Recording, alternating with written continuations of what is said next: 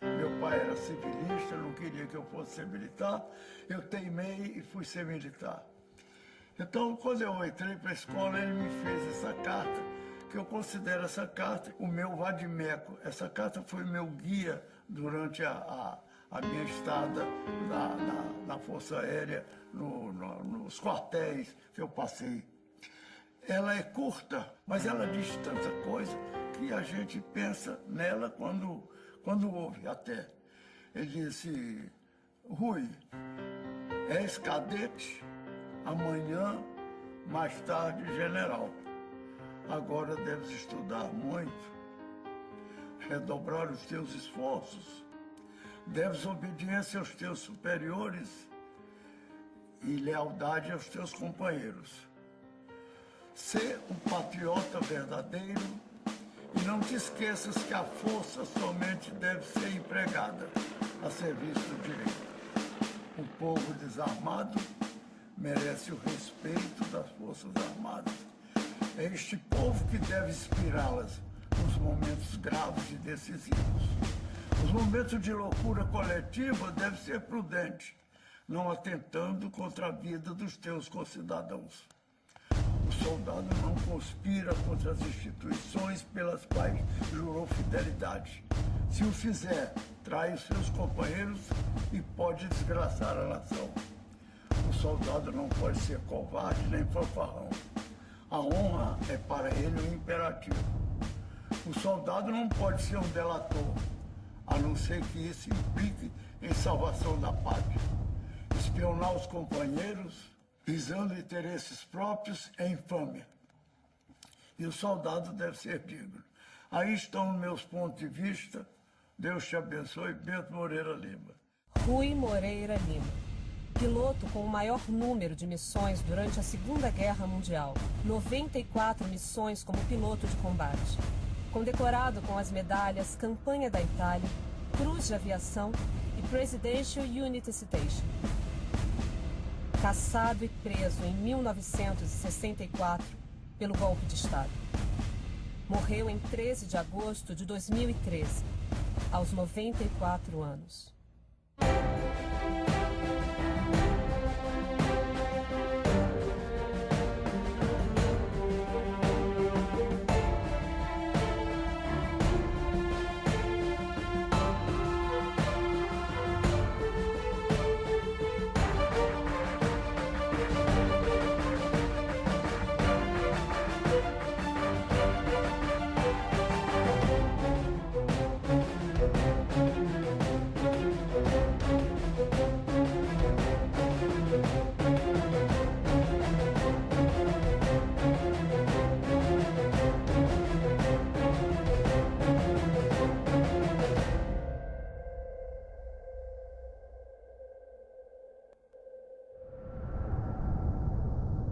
Relato escrito pelo general Ladário Pereira Teles, último comandante militar a resistir ao golpe de Estado.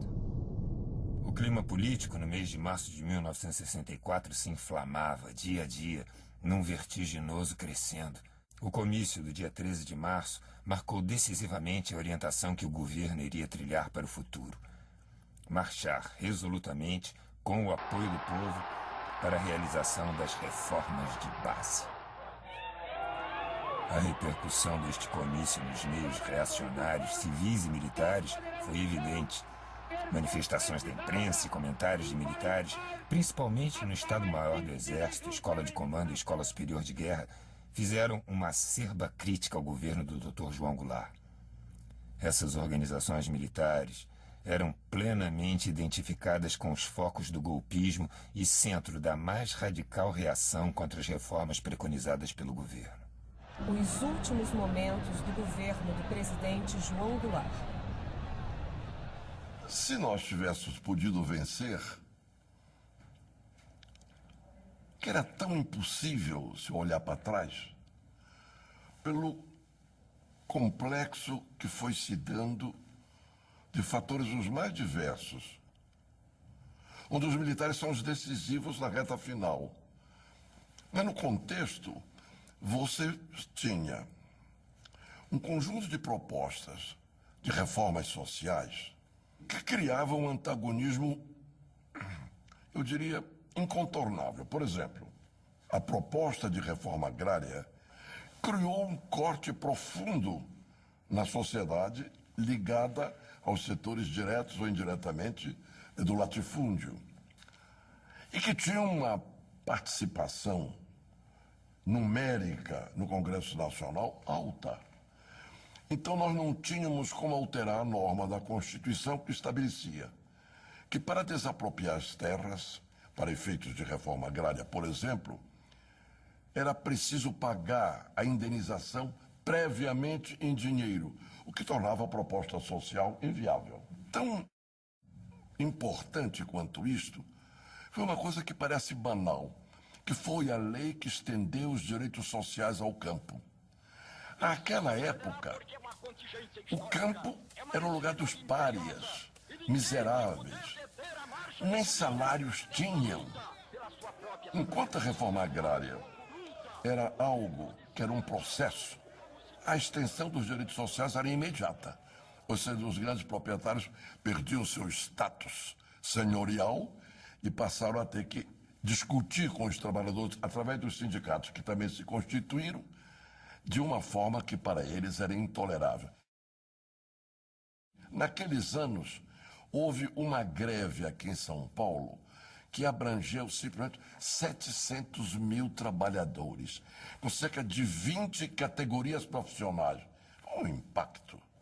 E é nesse episódio que nasce o CGT, Comando Geral dos Trabalhadores, portanto, o embrião de uma central operária que nós não tínhamos até aquela época. O golpe em 64 poderia, talvez, ter sido produto destas coisas que eu fiz de maneira sumária e outras mais, mas essencialmente era um instante em que há uma coesão do movimento militar.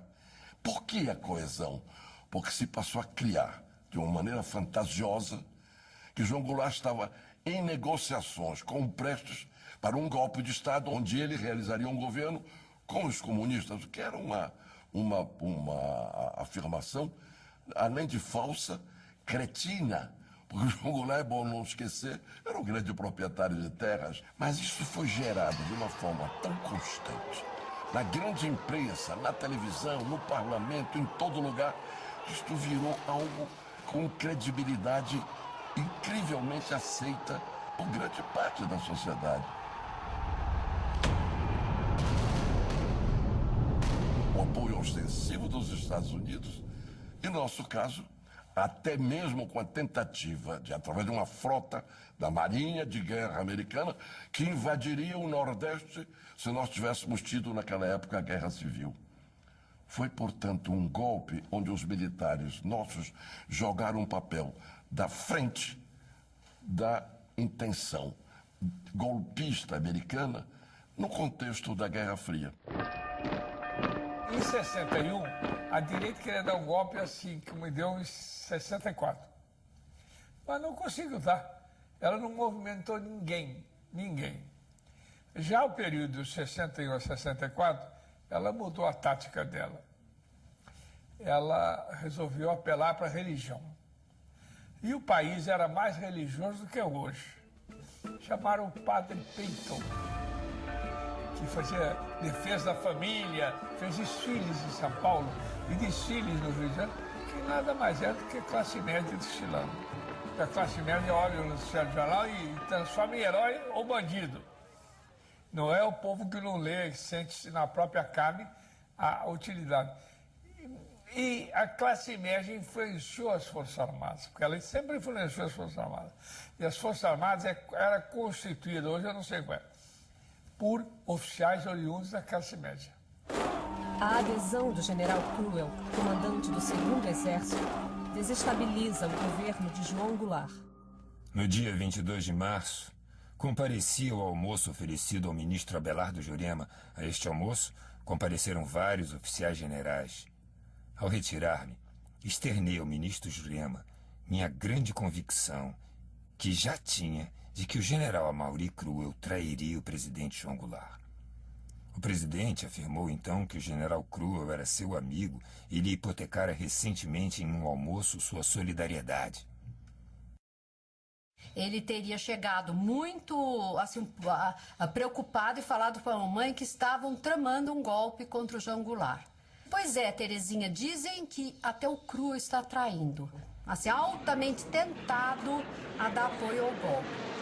Papai aproveitou de uma visita que o Jango fez, mas relâmpago aqui em São Paulo, foi encontrar com ele no aeroporto. Ele falou para ele do que tinha sabido, que ele se sentiu muito embaraçado, porque ele conhecia muito pouco o Jango, ele não tinha intimidade nenhuma com o presidente, e o Jango virou e disse: Zerbini, quanto ao Cruel me trair, o Cruel, nós somos compadres, e se eu morresse, o tutor do meu filho, João Vicente, seria o Cruel. E a esquadra americana, eu pago para ver.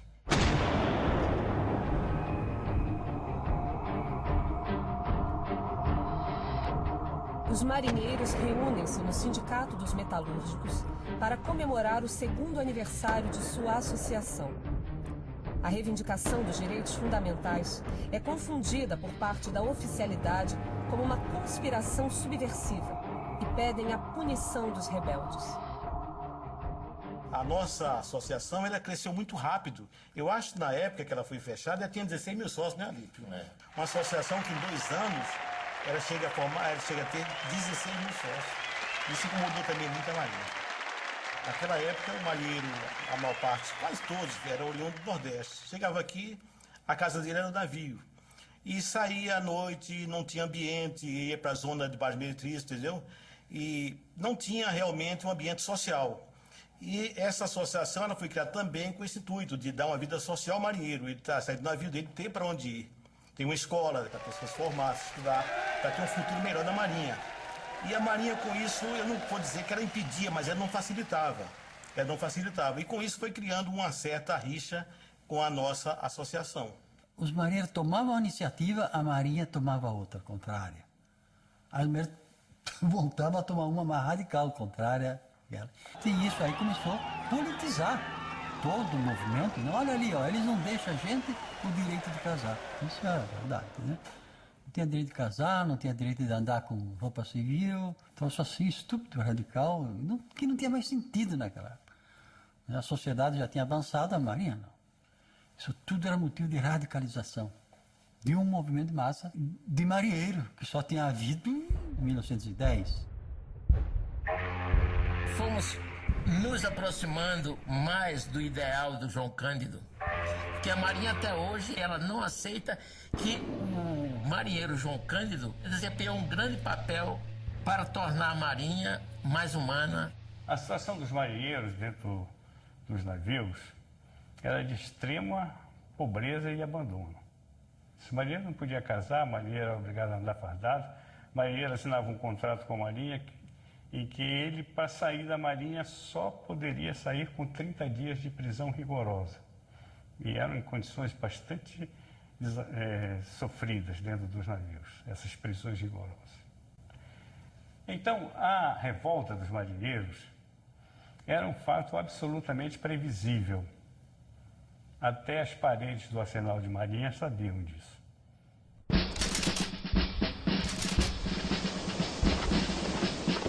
Nós víamos o Encouraçado Potequim.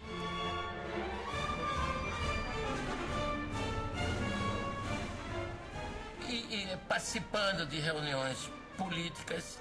Quando chegamos ao sindicato, não foi só comemorar o 2º aniversário da entidade. Nós já tínhamos ali uma consciência de que nós deveríamos apoiar o presidente João Goulart naquilo que ele pretendia. Não tinha como frear aquele movimento. Fui chamado ao telefone pelo meu chefe de Estado-Maior, que me informou estar a 1ª região militar do meu comando de prontidão, em consequência da grave indisciplina surgida na Marinha. Julguei boa iniciativa telegrafar ao presidente João Goulart, que se encontrava em São Borja, dando-lhe conhecimento do que acontecia e lhe carecendo a necessidade urgente de vir ao Rio de Janeiro. O X do problema ali naquela reunião, é que eu sempre falo, foi os fuzileiros navais que foram para lá para nos prender, foram eles terem arriado as armas. Ali foi o estupim de tudo, porque eles se discutiam, fuzileiro tem que ser inimigo dos marinheiros. Então, quando eles verificaram que não conseguia mais dividir fuzileiros e marinheiros, que bem assim, olha, é o fim. Ou nós damos o golpe, ou nunca mais. E foi a partir, quer dizer, já estava tudo tramado para o golpe. Claro que, se houve uma precipitação, foi em função daquilo ali. Hoje há uma acusação, não é uma acusação, há uma colocação, principalmente dos historiadores, que os marinheiros eles são responsáveis praticamente pelo golpe. Que não é, né? Se almoçava a golpe, se jantava a golpe já, né? E o golpe estava na rua. Chegou sim a um ponto onde não tinha mais saída a não ser ou avança e toma o poder, ou entrega o poder. É importante também considerar que havia, sim, um movimento nacionalista, com um espírito nacionalista. Entrava por todos os meios de canais e meios da sociedade, né? E, lógico, dentro dos marinheiros também. A tensão política nos dias que se seguiram à indisciplina dos marinheiros cresceu enormemente nos meios militares, sobretudo. Os ânimos estavam exaltadíssimos. Na carreira militar se começa muito cedo. Quem é para o colégio militar começa com 11 anos de idade. Quem vai para as preparatórias começa com 16, quer dizer, é muito cedo. Então essa coisa fica muito enraizada, essa questão da hierarquia, a ponto de obliterar, às vezes, as visões dos militares. Se eles entendessem e dessem muita importância à hierarquia, eles não tinham dado o golpe. Então, eles é que quebraram a hierarquia. Nós estávamos lá pacificamente. Eles é que radicalizaram a nossa reunião. A situação chegou a um ponto em que eles não suportavam mais viver daquele jeito. E foram para o sindicato. Eu fui ao sindicato também. Fui com alguns deputados e fui a pedido do presidente para acalmar. Eu não ia desalojar um marinheiro que havia servido comigo, armado de metralhadora e atirando neles dentro do sindicato, sabendo que eles estavam desarmados. Eu optei pelo diálogo. A solução dada pelo governo ao grave incidente exacerbou extremamente os meios militares. O almirante Aragão recebe a ordem de conter a emergência dos marinheiros e expulsá-los. Curiosamente, ele acaba aderindo. Ao aderir, o ministro da Marinha, à época, se coloca no dever de demiti-lo. Mas o presidente João Goulart tinha enorme dificuldade de demitir o almirante Aragão. Porque era homem não apenas da estreitíssima relação pessoal com o Brizola, e era um símbolo do setor à esquerda dentro do movimento militar. Como demitir o Aragão? Não fazendo. Deu uma imagem pública, portanto, de um governo sem condições de conter a anarquia emergente. Até espanta como foi incrível como os fatos se sobrepuseram, às vezes sem lógica. Às vezes sem lógica. O episódio da Marinha é um desses. É de um absurdo tão grande que espanta que tenha havido. 25 de março. Levante dos Marinheiros. 30 de março. Comemoração da Associação dos Sargentos e Suboficiais no Automóvel Clube no Rio de Janeiro, com a presença de João Goulart. Eu era praticamente o chamado líder do grupo compacto do PTB. Portanto, era a área esquerda do PTB. Não eram comunistas, talvez um, outro fosse, mas no contexto eram democratas de visão socialista, mas democratas essencialmente. Quando tomamos conhecimento de que o presidente estava convidado para ir à solenidade dos soldados, cabos, sargentos, no Rio, já quase na reta final, porque isso se dá praticamente nas antevésperas do golpe. Eu fui ao chefe da Casa Civil, Darcy Ribeiro, e em nome do Grupo Compacto, que era absolutamente aliado ao João Goulart, ponderar que nos parecia ilógico que o presidente naquele instante fosse para uma solenidade, parecendo que ele optava pelos sargentos em um confronto com a oficialidade. Foi a imagem que ficou. E recebi do Darcy Ribeiro ponderações que mostram como era difícil adotar esta ou aquela linha. Dizia ele: a sua ponderação, Almino, procede, mas como pode o presidente João Goulart deixar de ir a uma solenidade numa distância, justo com os setores dos armados, que de ponta a ponta davam ao presidente João Goulart um apoio irrestrito? Se você olhar para trás, você tem quando houve a crise da legalidade, portanto, quando os militares impediram que o Jango assumisse legalmente a presidente da República com a renúncia de Jânio, são os soldados da base aérea no Rio Grande do Sul que impedem o bombardeio do Palácio Piratini. Furam os pneus dos aviões, tiram as peças fundamentais, prendem os oficiais e impedem um bombardeio que teria sido uma tragédia, não apenas pessoal, mas política. Os sargentos então estavam com o presidente João Goulart. Isso aconteceu semelhante na base aérea do Pará, o presidente tinha dos sargentos um apoio tão ostensivo, num quadro em que a oficialidade se distanciava dele crescentemente, como não ir ao ato de homenagem a eles numa hora que festejavam não sei quantos anos da fundação da associação. Isso é o raciocínio do Darcy. Então, entre as duas verdades, né, aquela entre les deux, bon cœur balance, com quem ficar? João Goulart foi ao ato e foi, do ponto de vista político, um desastre, e foi, do ponto de vista humano, um gesto de nobreza. Os pronunciamentos feitos nesta solenidade, os discursos exaltados, a franqueza das palavras usadas pelo presidente constituíram uma ameaça aos reacionários, que nelas vislumbraram a marcha vitoriosa das reformas.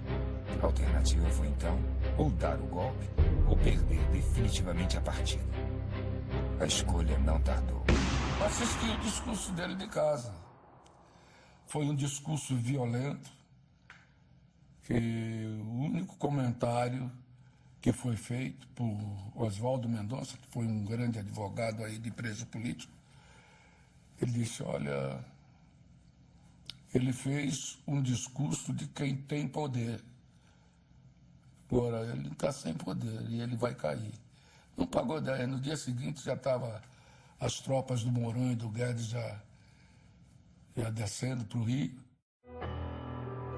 No discurso emocionado, Jango marcou sua posição como um estadista, que preferia cair de pé a submeter-se às forças reacionárias. Quem fala em disciplina são aqueles mesmos que em 1961, em nome de uma falsa disciplina, prenderam dezenas de oficiais e sargentos brasileiros. Prefiro estar ao lado do povo para defender seus interesses, a ficar ao lado dos reacionários que querem manter nossa gente atada à penúria e ao analfabetismo. Muitos vivem com os olhos voltados para o passado, temendo enfrentar o luminoso futuro que se abrirá à democracia pela integração de milhões de patrícios nossos na vida econômica, social e política da nação.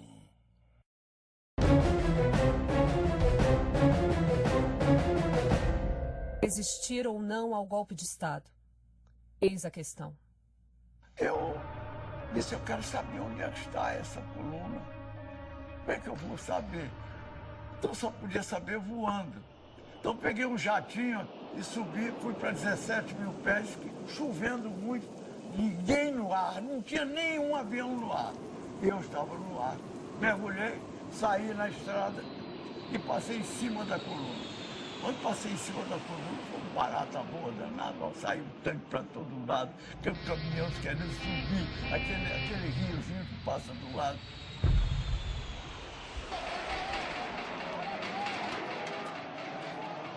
No dia 31, eu vou à Câmara dos Deputados.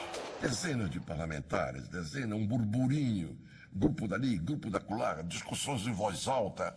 Era uma coisa tão fora de propósito. Entrei num dos grupos que está vendo. Como você não sabe? Aí dependia do ângulo. A revolução começou, outro ângulo. É o golpe de Estado que começou. Mas como? Como? Bom, telefono para o senador Arthur Vigílio, líder do PTB no Senado da República. Ele sabia tanto quanto eu. Mas não há nada ao menos. Então venha para cá, vamos ligar o presidente. O presidente estava no Rio de Janeiro. Eu ouvi o diálogo todo por uma extensão. Mas de onde tu estás tirando isso, Arthur? Dizia o presidente. Mas isso é uma loucura, não há nada disto. São as clássicas intrigas invencionistas da oposição para criar um clima de desassossego. Não é real isso. Passava pelo gabinete dele, na proximidade, General Assis Brasil. General, estou sabendo isso através do deputado senador Arthur Vigílio. O que há? Eu ouvi. Não me contaram. Né? Presidente, não há nada. O movimento de tropa do general Mourão Filho é um movimento de rotina, muito comum nos exercícios militares. Tem nenhuma característica de marcha contra o seu governo. Muito bem, não há nada. Tu ouviste, Arthur? Ouvi. Pois essa é a verdade. Um esquema falido, um esquema sem muita solidez em termos de ação e em termos ideológicos também. O general Assis, por exemplo, ele fez um jantar, em homenagem ao presidente Jean Goulart, um jantar com os comandantes das áreas militares, né, das regiões militares, um pouco antes do golpe, em que ele levantou e disse: presidente, aqui estão os comandantes todos, o senhor não veja fantasmas, não embarque nessa furada, digamos assim, de achar que pode haver golpe, são todos os comandantes. E o Jango sabia. O Jango, meio que me engana que eu gosto, essa expressão tão popular, assim, quase máxima, ela dominou, de certa forma, o presidente. Eu termino meu almoço, 15h, volto para a Câmara. Aí não era mais um burburinho, era um comício de milhares de pessoas a falarem, a discutir, etc. Eu entro outra vez numa roda, mas o que há? Outra vez as repetições da manhã. Eu tenho a coragem de dizer o que disse aqui há pouco. Uma fantasia de vocês. Eu ouvi do presidente tal coisa e narro o que estou dizendo aqui. Aí o deputado Murilo, Carlos Murilo me tira da roda. Seu Mino, se o presidente está dizendo isto como uma forma de atenuar um clima de tensão, enquanto ele toma as providências que lhe pareçam, eu não sei se vale. De toda maneira, é uma hipótese.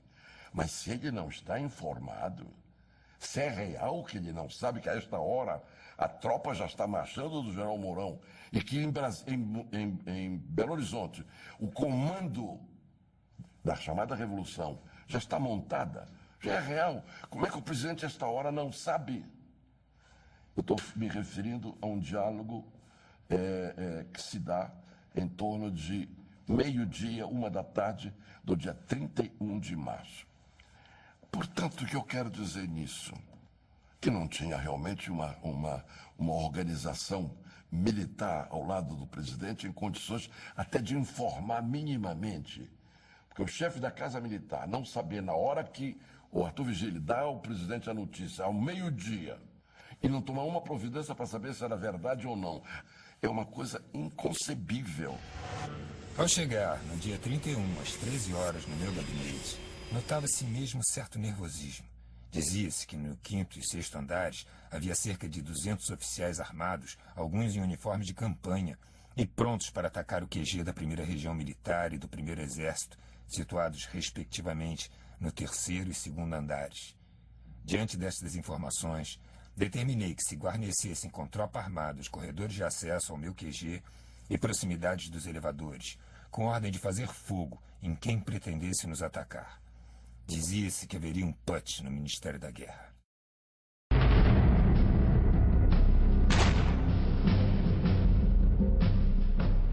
No dia 31, ainda no Palácio Laranjeiras, o Jango pediu ao meu pai que pegasse a extensão do telefone para ouvir a conversa com o general Cruel. E o Cruel virava para ele: olha, Jango, nós só temos uma chance. É você demitir os comunistas do governo. O Jango respondeu ao Cruel: você controla a rebelião e depois a gente conversa sobre a reforma ministerial. Ele ligava para o Jango para dizer, para contar os movimentos que estavam acontecendo e quais eram as medidas que o Exército pedia que o Jango tomasse para que não houvesse o golpe. Ele ficou com a maioria do golpe. Ele ficou contra o Jango no momento exato, mas ele negociou até o final a possibilidade de saída. Às 15 horas, recebi pelo telefone convocação para comparecer ao Palácio das Laranjeiras. Fui informado da situação da rebelião em Minas Gerais e, em seguida, recebido pelo presidente. Incumbiu-me de transmitir ao general âncora, comandante do 1º Exército, a ordem de prisão do general Humberto Castelo Branco. Devo, desde já, esclarecer que, a partir daquele momento, comecei a sentir a hesitação do general âncora no cumprimento da ordem do presidente. Declarou-me ainda Sua Excelência que acabara de me nomear para o comando da 6ª Divisão de Infantaria e, sendo o oficial mais antigo do 3º Exército, que deveria assumir o respectivo comando. Indaguei-lhe qual o tratamento que deveria dar ao governador do Rio Grande do Sul. Tratamento duro, redarguiu-me Sua Excelência, e faça-lhe sentir que meu mandato é intocável, porque ele é delegação da maioria do povo brasileiro.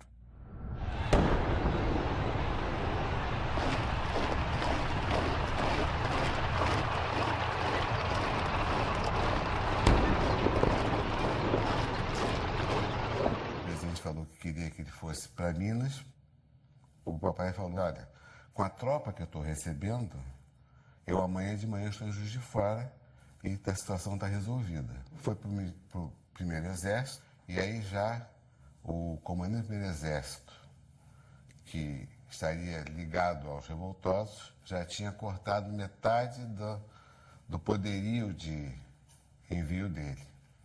Mas assim mesmo ele foi com o que recebeu, lá chegando, se posicionou de tal maneira para se defender, já que ele não tinha recebido tropas para avançar, mas ele foi para estancar o que vinha. Nada aconteceu. No dia seguinte, ele mandou um enviado em direção a Juiz de Fora, e então ele foi informado que as tropas estavam vindo, esperavam a rendição dele. Ele falou que não ia se render.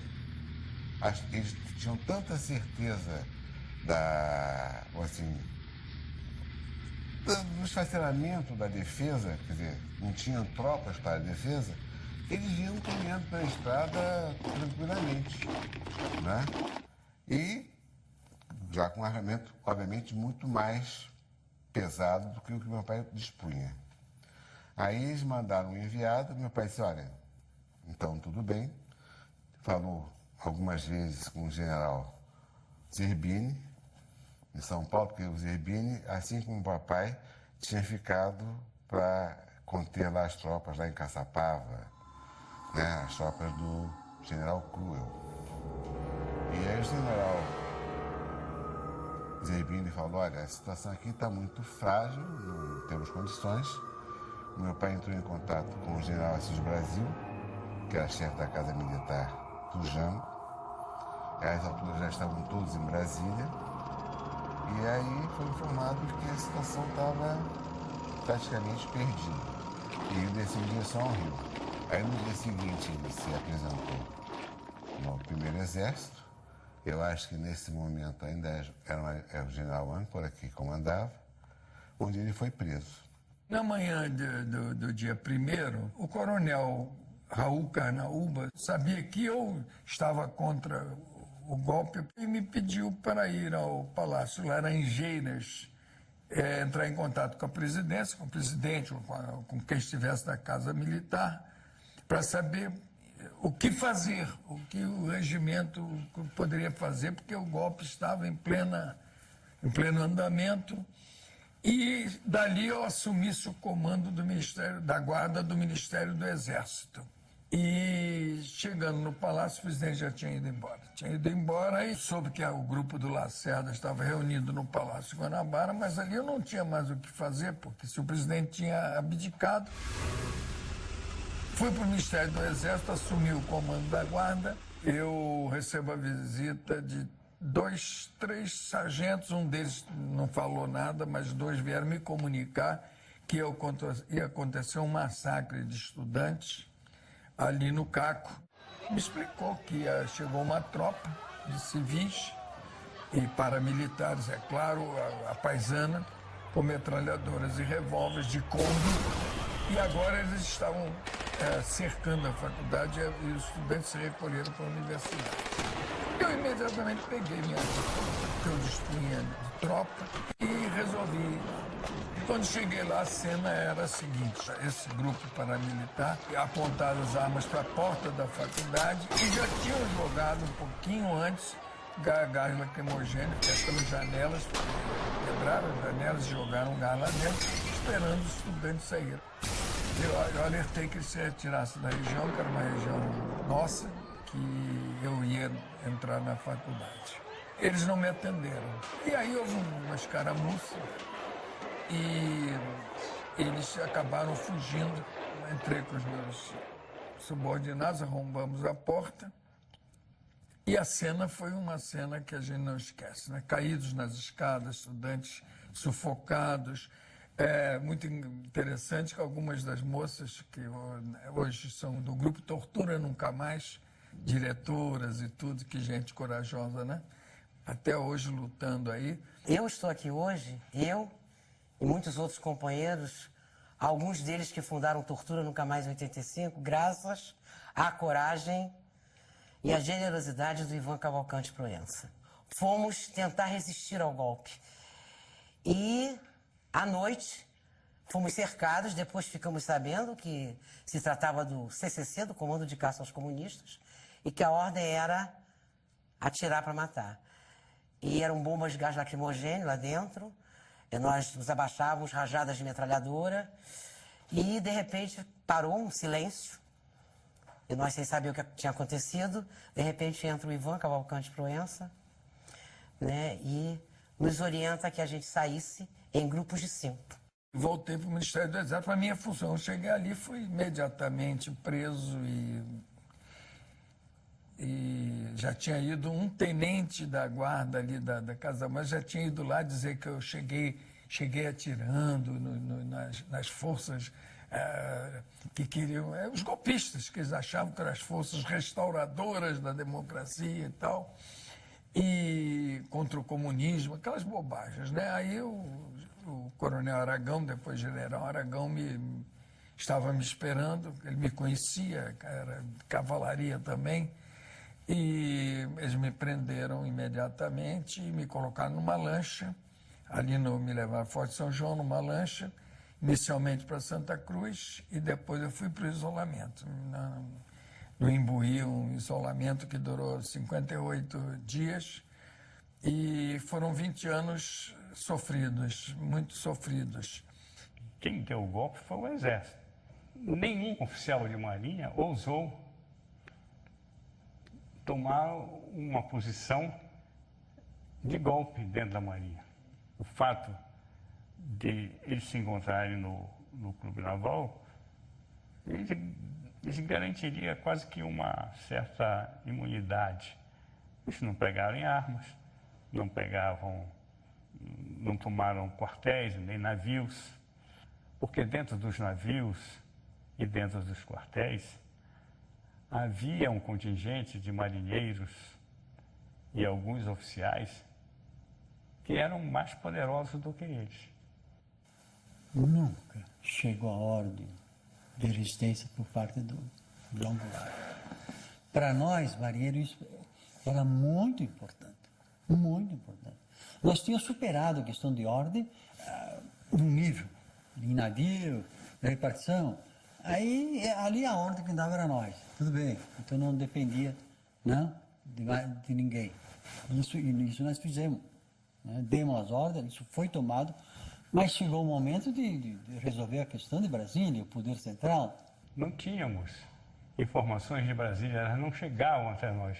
E nós continuamos esperando receber informações do presidente para fazer a contraofensiva, que nunca chegou. No último momento, meu cálculo, né, conseguimos reunir 3 mil soldados, 3 mil marinheiros.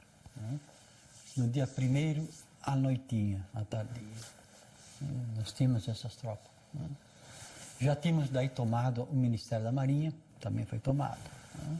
E nisso veio um coronel do Exército, veio, né? Aí para negociar. E veio falar comigo. Ele diz, olha ali, ó, não faça uma coisa dessa, isso vai ser um massacre. Olha ali que são 10 mil homens do Exército, tem aí. Olha quanto tanque tem aí. Mas daí o Aragão disse, coronel, né? Vamos aqui, no Corpo de Fuzileiros Navais, negociar isso, ver isso, como é que vamos fazer. Aí fomos para lá, aí o Aragão diz, olha, assim não vou mais sair, não. Acho que isso foi a última ordem que ele deu. A única coisa que nós temos que fazer, vamos fazer um bilhetezinho, eu assino e tu assina. Mandamos, né, para as tropas que estavam concentradas, pedindo a elas encarecidamente que volte para os navios. Eu achei que aí transformar as ordens, era isso mesmo.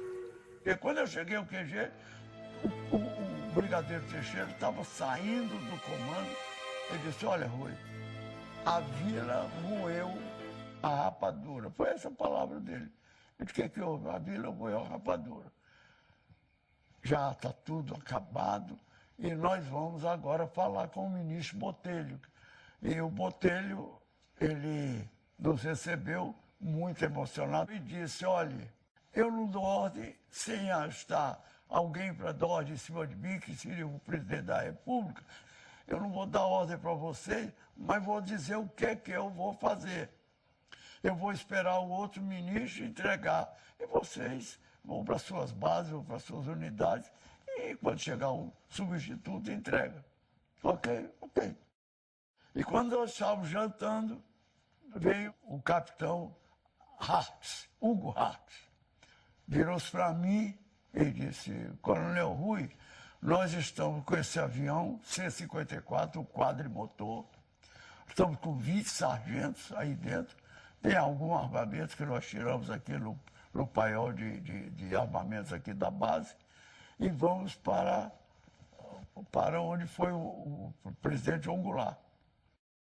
Quando cheguei na base, reuni a base no cinema e disse, acabou a prontidão. Eu vim de lá e contei exatamente o que o ministro disse. Julinha, minha mulher, que nunca tinha ido à base, foi à base só no Natal, para conhecer a base, e foi lá para ficar comigo. Eu até fiquei, Julinha, eu não quero entregar a base. Eu quero passar o comando da base como eu recebi. Eu não vou sair daqui escorraçado. Esses caras, eu sei que está toda a base cercada. Se eu for entregar a base assim, desse jeito,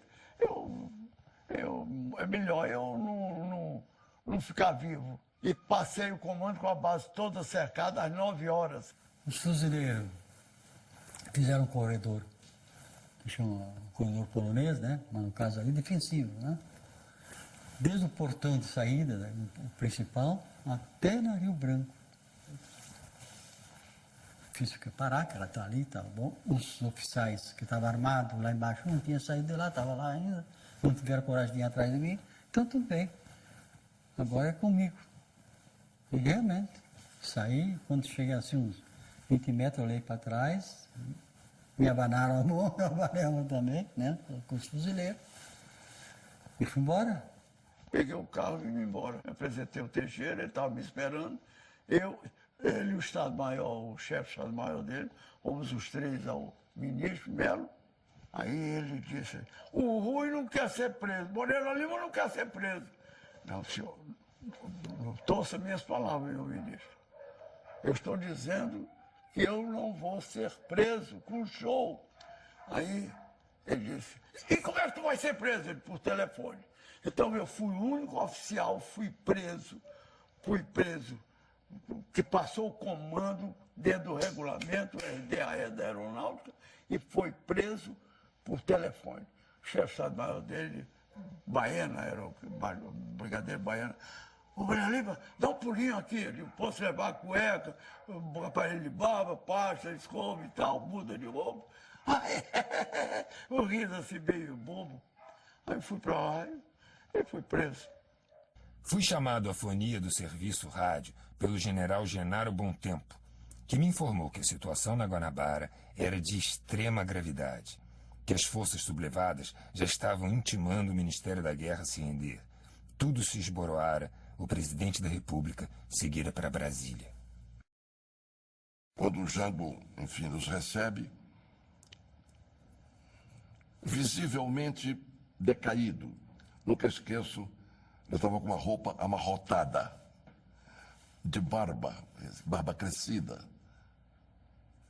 E ali ficamos a analisar com ele o quadro nacional, que já era de debacle. Nós já não tínhamos mais bases militares. Os generais, os comandantes de exército já tinham aderido. Nesse exato momento, toca o telefone, era o general Ladário dizendo, presidente, venha para Porto Alegre. É a forma de nós aqui galvanizarmos o que temos e criarmos um clima nacional que pode mudar o quadro de adesões que estão aparentemente consolidadas. E o general Ladário Teres, comandante do Terceiro Exército, tinha feito um pronunciamento excelente no começo da manhã de 1º de abril, dizendo que não concordava com a posição, não apoiava a posição dos seus colegas militares. E que o comando do Terceiro Exército manteria a posição da legalidade e de respeitar a legalidade democrática. Então nós todos aconselhamos o presidente. O presidente vá para o Rio Grande.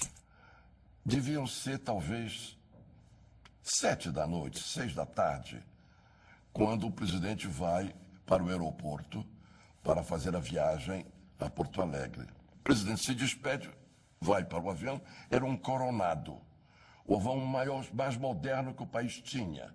A Varig tinha recém-comprado, era uma beleza de avião, né? Moderníssimo. E não decolava, Num certo instante, eu tive dor no estômago e disse ao Bocaiúva e ao Tancredo, eu tenho a impressão que o presidente vai ser preso aqui, a qualquer instante. Esse avião não decola. A versão é que havia uma pane. O avião tinha recém-chegado, era moderníssimo. Que pane!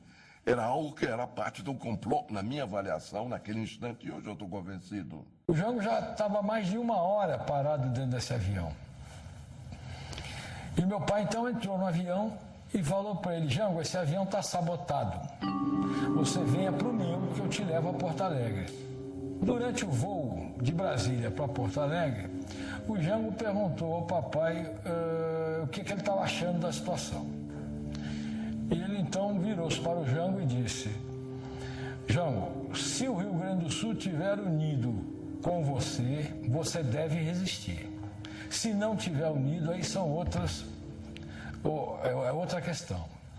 Antes que o presidente tenha saído, o Tancredo diz a ele, Jango, você saiu do Rio e não fez uma declaração ao país.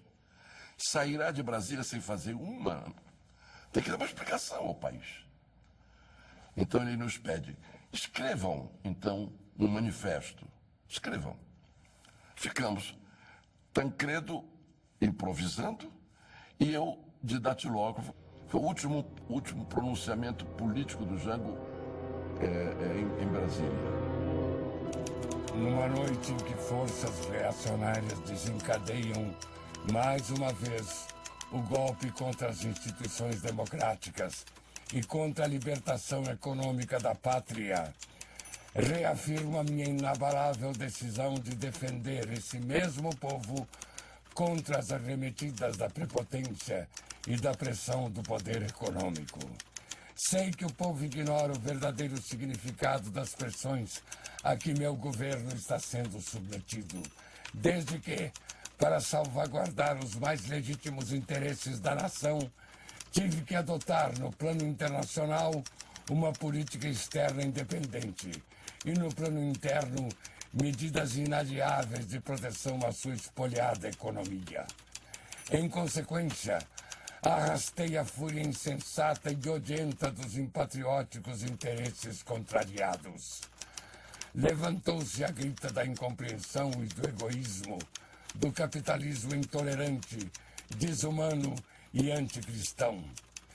Meu governo foi daqueles, na história da República, que mais se empenharam em cercar de prestígio, de conciliação e de respeito os dignitários do episcopado, do clero, da Igreja Católica e dos demais credos religiosos.